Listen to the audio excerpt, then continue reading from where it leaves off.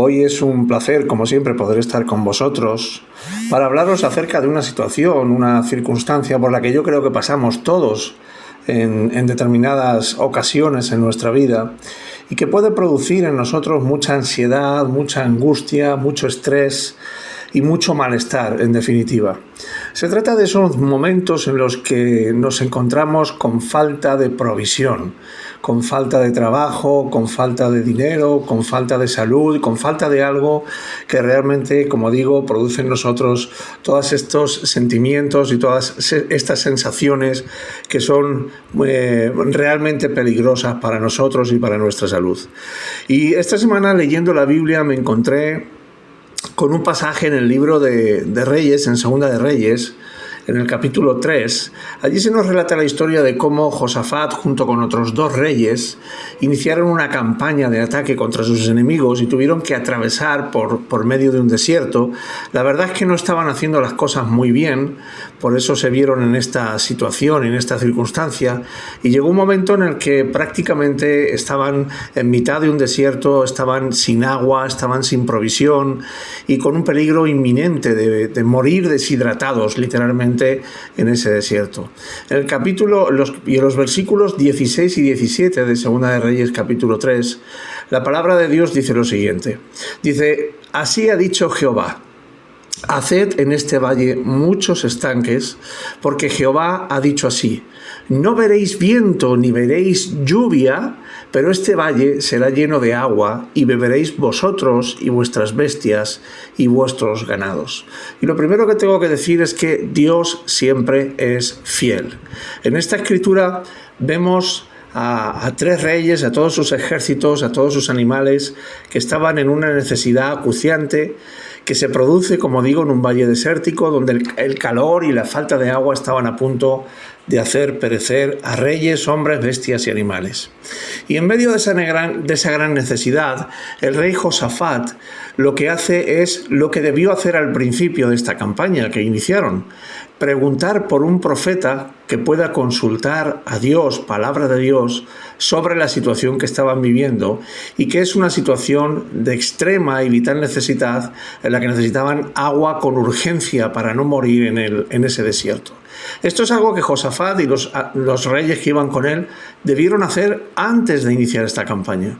Y lo primero que aprendemos en esta enseñanza es que antes de iniciar cualquier cosa debemos consultar siempre a Dios, porque Él es el que tiene las respuestas para nosotros en todas las circunstancias y en todas las situaciones.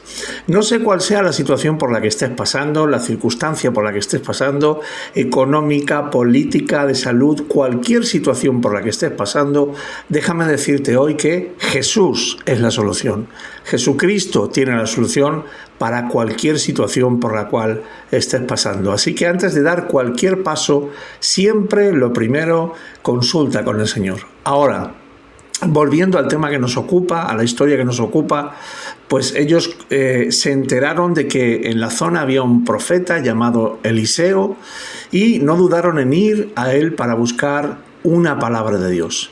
Y aunque a regañadientes el profeta pide a Dios esa palabra, y este le da una palabra que está escrita, como digo, en el capítulo 3, versículos 16 y 17. Y Dios les da una estrategia y una promesa a estos 3 reyes. La estrategia es que hicieran muchos estanques, muchas piscinas, otras traducciones dicen muchas cisternas. Ahora, toda promesa de Dios requiere de acción de fe.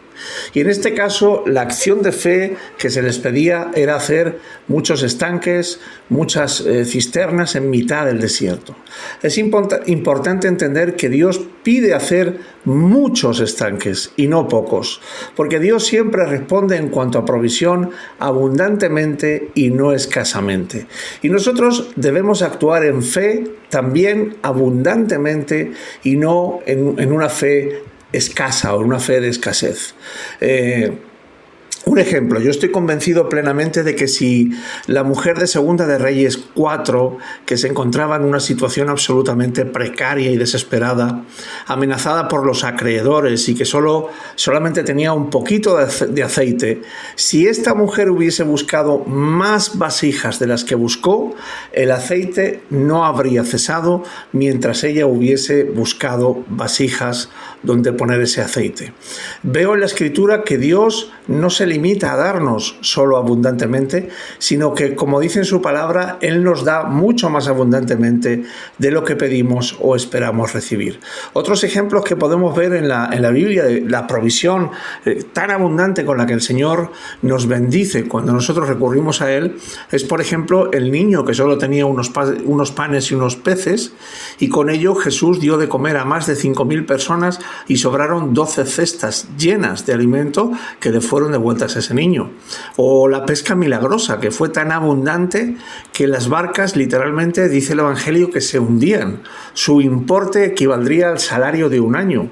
O la mujer de Segunda de Reyes 4, a la que hemos hecho referencia anteriormente, que llenó muchas vasijas de una pequeña vasija de unción que solo tendría un contenido de entre 200 y 500 centilitros de aceite. Y como digo, el aceite cesó porque la mujer cesó de buscar vasijas. Así que es muy importante que entendamos que cuando Dios provee, su provisión va a depender de nuestro nivel de fe. Mi fe determina cuándo Dios dejará de proveer. Cuando Él me ha hecho una promesa de provisión, mi fe es la que determina el final de esa provisión y la cantidad de esa provisión. El milagro fue dado de acuerdo con la medida de su fe previa al pedir vasijas, hablando de esta mujer. Pero cuando dejó de poner vasijas, pues el aceite cesó, pero no fue antes de que la mujer dejara de poner vasijas. Y esto es muy importante que lo tengamos en cuenta. Ahora, volviendo a nuestra historia inicial, la estrategia que Dios da por medio del profeta Eliseo a estos 3 reyes que se encontraban muriendo literalmente de sed en mitad del desierto es la de hacer muchos estanques, es decir, agujeros en la tierra de tamaño adecuado y preparados para retener agua y que ésta no se escapase ni fuese absorbida por la tierra. Era un trabajo arduo, el que les ordenó Dios que hicieran. Requería de mucha fe, ya que estaban bajo unas condiciones climáticas muy duras y además estaban pasando sed y muy posiblemente a punto de la deshidratación. Sin embargo, no dudaron en hacer lo que Dios les pidió a pesar de la situación y circunstancias en las que se encontraban. Cuando Dios nos da una promesa, y esto es muy importante, cuando Dios nos da una promesa, nuestra situación o circunstancia no debe pesar más en nosotros que la promesa dada por Dios. Su promesa debe producir el aliento necesario en nosotros para cumplir nuestra parte, sea cual sea nuestra situación o nuestra circunstancia, confiando plenamente en que Dios va a hacer lo que ha dicho que haría y que es lo que nosotros no podemos hacer. Dios siempre hará la parte que nosotros no podemos hacer. Y esta es nuestra fe, que Dios ha prometido algo y Él lo va a hacer. Por tanto, como yo tengo la fe de que Él lo va a hacer, yo me apresuro a hacer lo que Él me ha pedido que haga para recibir esa promesa que Él me ha hecho. Para ello debo creer profundamente en mi corazón que la palabra de Dios es verdad y que siempre la palabra de Dios va a ser verdad en mi vida. Y cuando hay una convicción completa en mi corazón de que su palabra es verdad y de que lo que Él ha dicho es verdad y lo va a hacer, entonces estoy en las condiciones de hacer lo que Él me pide hacer para recibir esa promesa, sea cual sea mi situación o circunstancia. Ya no estaré limitado por mi situación, ya no estaré limitado por las circunstancias, sino que la propia promesa de Dios, la propia palabra de Dios me alentará, me sustentará y me animará para hacer mi parte y recibir la promesa que Dios tiene para mí, que en este caso estamos hablando de una promesa de provisión. También vemos en este pasaje otro asunto muy importante y a tener en cuenta, y es que el Señor les dijo: no vais a ver señales previas al cumplimiento de esta promesa. Concretamente les dijo: no veréis viento, ni veréis lluvia, pero este valle va a ser lleno de agua. El Señor les estaba diciendo que en esta ocasión Dios no iba a usar lo natural para producir el agua que necesitaban. No iba a usar el clima, el viento o la lluvia para traer el agua que necesitaban. Iba a ser una provisión sobrenatural e inesperada para todos ellos. Y a veces Dios usa medios naturales para cumplir sus promesas porque Él tiene el poder sobre el clima, como demostró al reprender al viento y a la lluvia, y estos cesaron en medio de una gran tormenta en el mar de Galilea.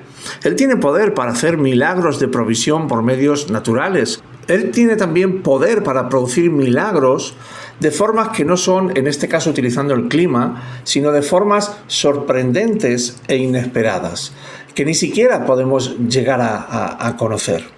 Así que nuestra respuesta a las promesas de Dios no puede limitarse a nuestro entendimiento de cómo Dios lo va a hacer. Esto es muy importante que lo entendamos, porque muchas veces la falta de entendimiento de cómo Dios lo va a hacer se convierte en un obstáculo para que nosotros podamos recibir esa provisión, ese milagro de provisión que Dios nos ha dicho. Cuando Dios nos da una promesa, nuestra obligación es creer que Él lo hará sin pararnos a pensar en cómo lo hará.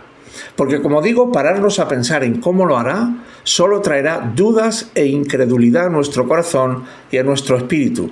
Cuando Dios promete algo, yo solo tengo que hacer lo que Él me pide hacer y Él se ocupará de hacer lo que yo no puedo hacer. Mi enfoque no puede ser cómo Dios lo hará.